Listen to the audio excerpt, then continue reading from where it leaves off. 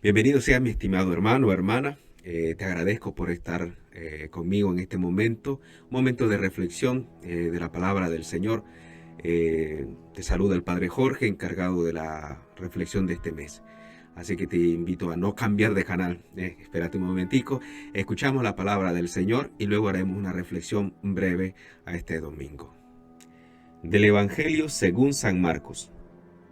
Al poco de llegar a Cafarnaúm, entró el sábado en la sinagoga y se puso a enseñar. Y la gente quedaba asombrada de su doctrina, porque les enseñaba como quien tiene autoridad y no como los escribas. Había precisamente en su sinagoga un hombre poseído por un espíritu inmundo que se puso a gritar: ¿Qué tenemos nosotros contigo, Jesús de Nazaret? ¿Has venido a destruirnos? Sé quién eres, el Santo de Dios. Jesús entonces le conminó: cállate y sal de él. Y el espíritu inmundo lo agitó violentamente, dio un fuerte grito y salió de él. Todos quedaron pasmados, de tal manera que se preguntaban unos a otros: ¿qué es esto? ¿Una doctrina nueva expuesta con autoridad? Da órdenes incluso a los espíritus inmundos y le obedecen. Bien pronto su fama se extendió por todas partes, en toda la región de Galilea. Palabra del Señor. Gloria a ti, Señor Jesús. Hoy es cuarto domingo del tiempo ordinario, el Evangelio de San Marcos. Pero antes de entrar en el Evangelio, me gustaría hacer una especie de pinceladas, ¿no? De tratar unos puntos, ¿no? Que sea geográfico y también histórico. Por ello, me voy a detener un momento para hablar un poco de la zona de Galilea, de Cafarnaúm, porque tiene que ver con el sentido de que Jesucristo empieza a evangelizar esa zona, ¿no? Así que iremos viendo algunas imágenes y trataré de dar esas pinceladas que le estoy comentando. Aquí en este mapa observamos a la parte norte de Israel, donde estaban las tribus de Neftalí, de Zabulón, de Aser, de Manasés. Pero estas dos ciudades o estas dos tribus, ¿no? Neftalí y Zabulón, son mencionados en Isaías, en el capítulo 8. Habla de que, dice, en otros tiempos ultrajó a los países de Zabulón y de Neftalí. Es decir, que es considerado como una zona que ha sufrido ultraje, humillaciones. Y hay una promesa para esta zona, para estos pueblos de allí. El pueblo que andaba a oscura percibió una luz cegadora. A los que viven en tierras de sombra, una luz brillante los cubrió. Acrecentaste el regocijo y multiplicaste la alegría. Es una profecía directa a esa zona. Geográficamente, pues, estaban ellos expuestos a los enemigos del pueblo de Israel, los grandes imperios, babilonio, persa, siria, por donde entraban, pues por el norte. Y quienes se llevaban los primeros cachetadas y las guerras, pues eran estos pueblos. Ahora entienden por qué el Señor Jesucristo tiene que ir a esa tierra. Ahora la zona de Zabulón se encuentra Nazaret. Y ahora pasamos con otra imagen vista, digamos, desde una imagen satelital y se ve un poco más viva la tierra, ¿no? Podrán observar ahí ustedes, tenemos Nazaret, el Tabor, ¿no? Cuántas veces aparece en la escritura. Migdal, donde sería María Magdalena, pero vamos a ir continuando acercándonos más. Nos vamos a acercar más a estas ciudades. Tabga,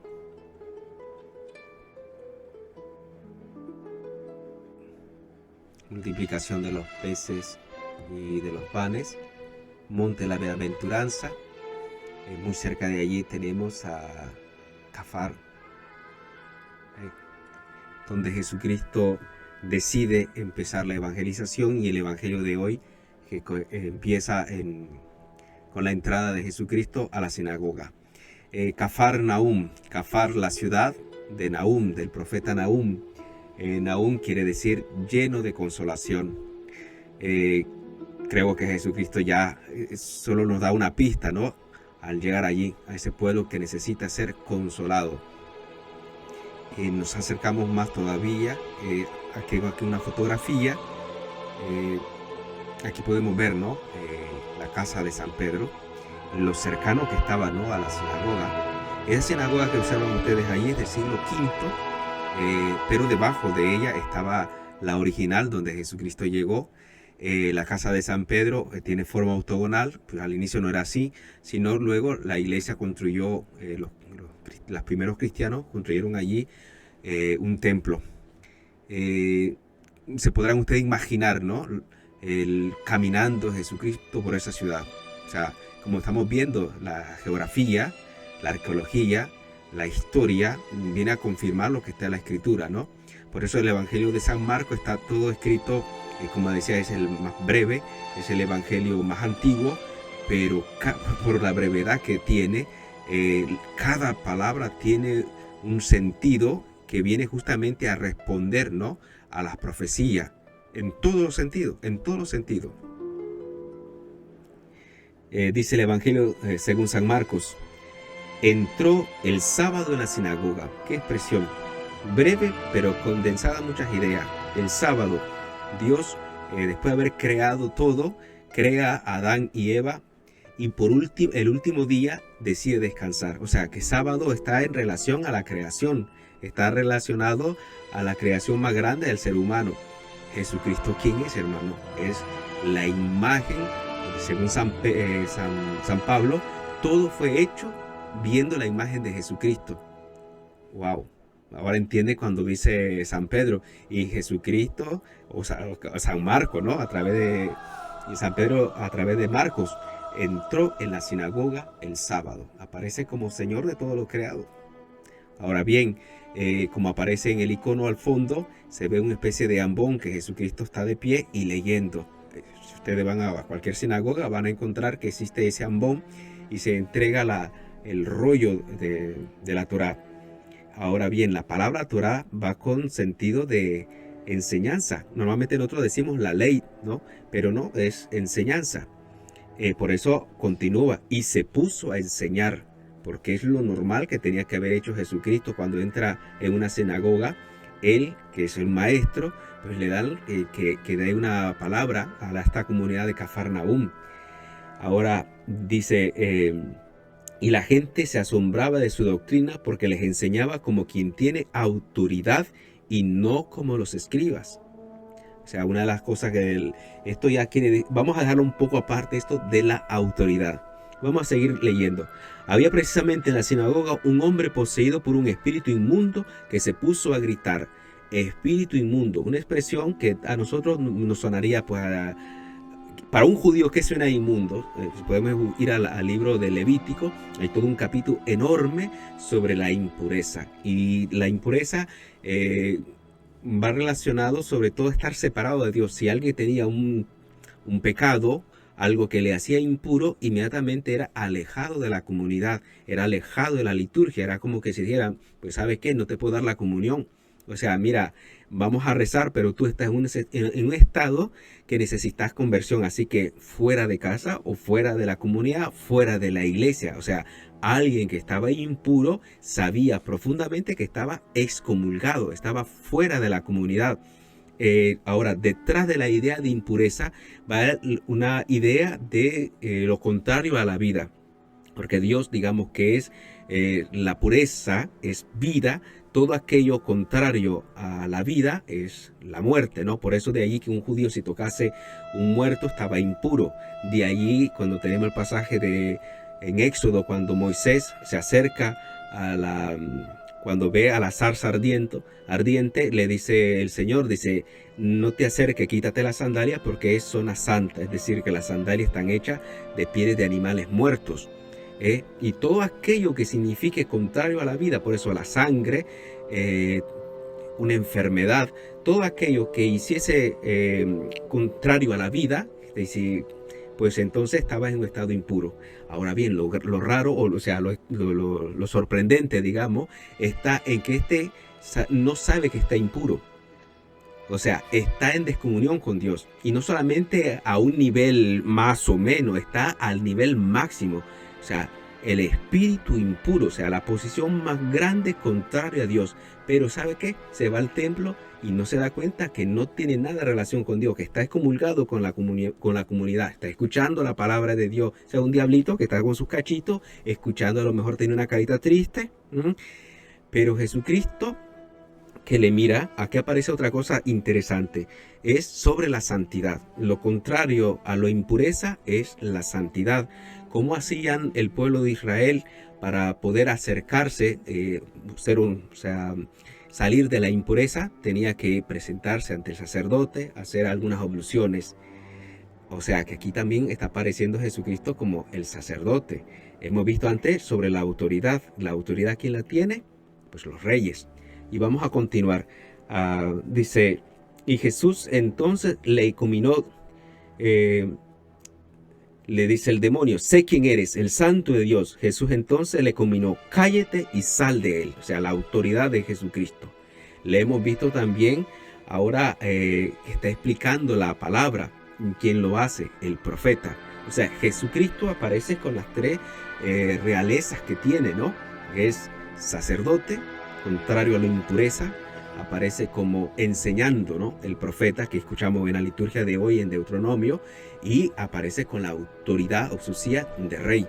Ahora, todos ellos van contrario al imperio del demonio, al imperio del mal, porque sabe que lo que nos hace a nosotros triza, lo que realmente nuestro problema como ser humano tenemos es que no tenemos la comunión con Dios, no tenemos la gracia. Aspiramos a las cosas buenas, pero no podemos hacerlas. Decía San Pablo, deseo las cosas buenas y no puedo. ¿A qué sí, hermano?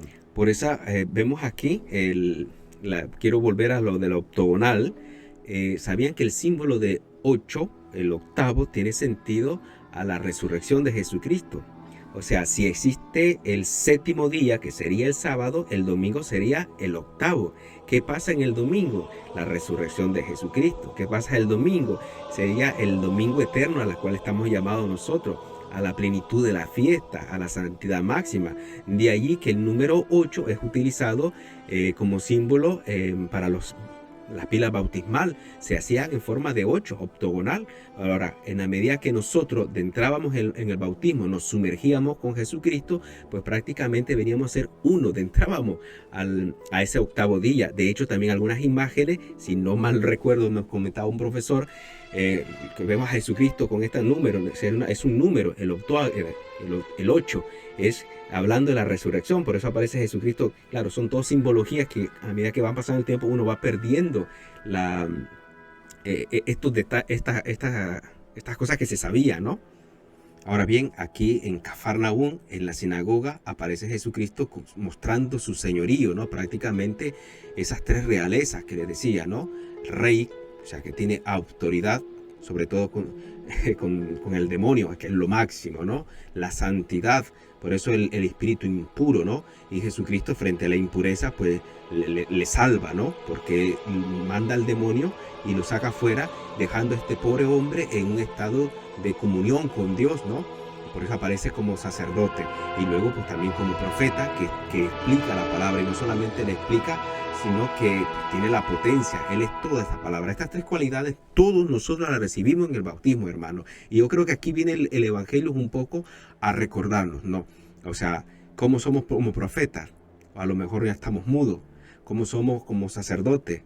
Tenemos el sacerdocio ministerial, que yo hago como ministro para el resto de los hermanos, pero todos ustedes tienen el ministerio del sacerdocio de todos los fieles que tienen el bautismo, es decir, que ejercen un sacerdocio en tu trabajo, o a lo mejor no. Y luego también tenemos el de ser la autoridad, ¿no? Frente al mal, frente al pecado. Ahora bien, nosotros con nuestra fragilidad, lo decía un poco así para ponerlo a picar, para que nos demos cuenta del gran don que hemos tenido nosotros, ¿no? Que desearon muchos profetas, lo decía en otra ocasión, tener esto lo que nosotros estamos viendo. Ahora bien, hermano, en la medida que nosotros perdemos, se imagina, o sea, no somos a lo que estamos llamados a ser, vivimos pues en una cosa que no estamos completos, una especie de mediocridad, y sufrimos mucho. Ahora viene Jesucristo a decirte, hermano, hermana, no sé cómo te llamarás, tú que tienes estas tres cualidades, mírame a mí, porque en la medida que nosotros, o sea, ¿dónde encontramos, digamos, el cumplimiento de esta misión que tenemos como cristianos, como sacerdotes, como profetas y como reyes, en la medida que estamos unidos con Jesucristo. ¿Cómo dice el Señor? ¿Qué dice Jesucristo? Dice, ustedes son la vid, yo soy la vid y ustedes son las ramas, ¿no? Si nos separamos de la vid del Señor, ¿qué fuerza vamos a tener? Ahora bien, la predicación. En este momento, digo, haciendo una reflexión, en la medida que estoy hablando de la palabra del Señor, estoy haciendo pues un servicio, ¿no? Que es anunciar una vez más la potencia del Señor, porque hay que gritarlo, hay que decirlo constantemente. Por eso no podemos pensar nosotros que, bueno, de mi habitación yo pienso en el Señor. No, yo rezo un Ave María, pero así de... No, hermano, necesitamos hacer un acto. Y esto es lo más importante cuando hablo de acto. Dios, Él tiene esa autoridad, pero ¿sabe qué? Respeta nuestra libertad. Es muy distinta la posición del resto de la gente. El resto de la gente se queda. ¿Quién es este? Como abierta una puerta, abierta una ventana, tomar una decisión. Porque allí con ellos Jesucristo no les fuerza, le plantea, dice, ¿sabe quién soy yo? El que han estado esperando. ¿Quieres ser feliz? Yo soy la felicidad. ¿Quieres tener un corazón pleno? Yo soy el que te voy a dar la plenitud. ¿Quieres ser amado profundamente? Yo soy el amor. Te estoy mostrando esa capacidad con lo que está haciendo ese exorcismo, ¿no? Y entonces, ¿qué nos queda a nosotros? Aceptarlo. Así que, hermano, yo te invito hoy, si no he podido, que moverte, o sea, hacer un pequeño acto, fíjate, o un acto de limosna en la que tu corazón o perdonar algo. Ahora bien, para todos los hermanos del que vivimos en Japón y ahora que estamos con Apala, yo con esta última reflexión me despido. Ánimo a todos nosotros, los miembros de Apala, y que poco a poco se va a ir hablando. Necesitamos que se nos anuncie a Jesucristo, necesitamos acogerlo. El demonio lo sabe y podrá miles de zancadillas. Así que, pero nada, o sea, la buena noticia es que Jesucristo venció el mal, y la invitación a todos nosotros es, frente al poder del Señor, a que nos quedamos maravillados, pero también llamados a dar ese paso, a reconocerle, porque el verdadero sufrimiento que llevamos nosotros es el pecado, es la muerte. Aquí en vivo les voy a poner aquí, hermano, una oración. Fíjense cómo es el bautismo. Me voy a alargar un poco más todavía sobre el exorcismo, ¿no? Porque todo aquel que comete pecado, o todo aquel que yo hablaba hace poco, ¿no? En la medida que nosotros no tenemos la plenitud o no llevamos a cumplimiento a lo que hemos estado llamando estas tres cualidades, ¿no? A estas tres realezas, pues estamos llamados a combatir con el mal. Por eso hay un exorcismo. Esta es oración para todos los niños que se bautizan, todos los curas lo sabemos, lo hemos hecho, y le damos el óleo a los catecúmenos, que es un óleo de un exorcismo menor, porque decía una vez un exorcista, dice, no somos sacadiablos, metemos a Jesucristo, porque esto es el bautismo. Esto es cada vez que nosotros nos acercamos a la comunión, cada vez que nos acercamos a la confesión, cada vez que escuchamos las palabras, estamos quitando a ese lugar donde está el mal. Otra cosa, cuando hablo de exorcismo me refiero a esto es muy importante, decía Jesucristo sobre la impureza, ¿no? Decía él, aunque esté limpio por fuera, el problema es por dentro, porque de nuestro corazón sale la envidia, sale la mentira, sale la lujuria. O sea, cuando estoy hablando del mal, de la tiniebla y todo, estamos hablando de ser dominados por esto. Y en el fondo, hermano, nos lleva a sufrir. Cuántas lágrimas, cuántos jóvenes que cometen errores, un embarazo y dicen, o al final, después de una idiotez, pues un aborto. Una cosa lleva a otro. Eso es un combate. Por eso el bautismo, ser cristiano, empieza con un exorcismo. Y diría uno, pero si los niños no tienen demonio. No, hermano. Aquí por eso le pongo lo que dice la Iglesia Católica en el Catecismo, en el numeral 1237. Porque el bautismo significa la liberación del pecado y de su instigador, el diablo. Se pronuncia una o varios exorcismos. Temo que esto lo vayamos a agarrar un poco al otro extremo, pero sí quiero con esto decir que tenemos una lucha contra el mal y que Jesucristo es nuestro aliado, y si nos separamos de nuestro aliado, dime tú, me decía una vez una abuelita japonesa, me hizo un encanto, decía ella, si el único que puede vencer al demonio ¿Por qué vamos a querer vencer al demonio nosotros con nuestra fuerza y con nuestra pureza contra nuestra sociedad? Pues no, nos lleva a lo que nos trajo. ¿Qué nos queda? Acercarnos al fuerte, porque es el Señor. Cuando ven al reino de Dios, cuando el fuerte viene, el más fuerte, que es Jesucristo, amarra al fuerte. Ánimo, hermano, me estoy enredando demasiado. Quiero invitarte a que este domingo de Resurrección del Señor, que las pases muy bien con tu familia y esperamos vernos en otro momento. Con ello me despido. Tengan muchas bendiciones para todos ustedes. Que la paz del Señor la acompañe y siempre la alegría, porque la alegría realmente es lo que menos soporta el maligno. La alegría que viene de sentirnos amados, elegidos por Jesucristo.